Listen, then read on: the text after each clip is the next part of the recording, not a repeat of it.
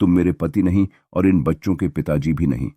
तुम्हारे और हमारे बीच कोई रिश्ता नहीं है। फिर गरुड़ी बच्चों को लेकर वहां से निकल गई और चंदन वन में आ गई। गरुड़ वहां से आकर उनके पास ही थोड़ी दूरी पर रात को रहा। सुबह फिर वह गरुड़ी के पास गया। बच्चे इधर उधर चरते हुए खेल रहे थे। वो बच्चों के पास जाकर लाड प्यार करने लगा। बच्चे गरुड़ को देखकर दूर भागने लगे। गरुड़ी ने कहा, तुम्हें यहां आने की जरूरत नहीं है, तुम मेरे पति नहीं हो। गरुड़ ने कहा, मैं ही तेरा पति हूं, तू क्यों नहीं समझती। गरुड़ वहां पास में जा जाकर गरुड़ी को फुसलाने लगा, लेकिन गरुड़ी उसको स्वीकृति नहीं थी। बाद में गरुड़ ने कहा, भले तुम मुझको स्वीकार न करो, अपने घर नहीं रखो, परंतु मेरे बच्चे तो दे दो। गरुड़ी गरुड़ की मांग सुनकर बहुत खींच गई। तुम्हारे बच्चे हैं, तुम्हारे बच्चे होते तो तुम उन्हें छोड़कर भाग नहीं गए होते। उन्हें किस तरह से बचाया है वह मुझको ही पता है।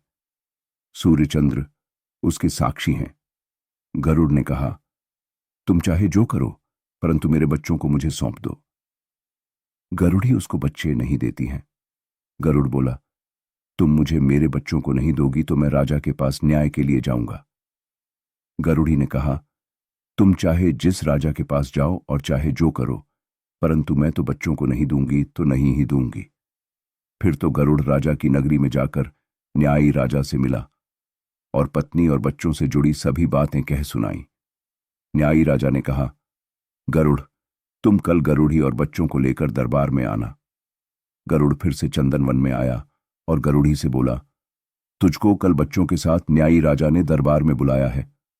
गरुड़ी बोली, कोई बात नहीं, मैं कल बच्चों को लेकर दरबार में आऊंगी। राजा के आदेश का अनार नहीं करते हैं।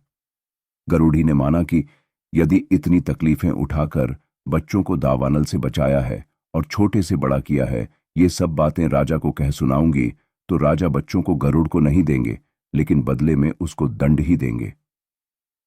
दूसरे दिन गरुड़ी बच्चों को लेकर न्यायी राजा के दरबार में गई। गरुड़ भी आया और दरबार लगा। राजा ने न्याय का काम आरंभ किया। राजा ने कहा, गरुड़ी, ये गरुड़ तेरा पति है। गरुड़ी ने कहा, मुझको पूरा विश्वास तो नहीं है, पर उसकी बात से लगता है कि वह मेरा पति होगा। राजा ने कहा, और ये बच्चे तुम्हारे हैं? गरुड़ी बोली, हाँ महाराज, ये बच्चे मेरे ही हैं। राजा ने गरुड़ से पूछा, तुम्हारे गृह संसार में ऐसा क्यों हुआ? गरुड़ ने कहा, महाराज, मैं बाहर के अन्य जंगल में चरने के लिए गया था। तब जंगल में दावानल लगा था। मुझको लगा कि वहां ठहरी पत्नी गरुड़ी और बच्चे अग्नि में जलकर मर गए होंगे, इसलिए मैं वहीं दूसरे जंगल में ही रुक गया था। फिर न्यायी राजा ने गरुड़ी से पूछा, क्या गरुड़ ठीक कह रहा है? ये बात सच है? शेष अगले भाग में।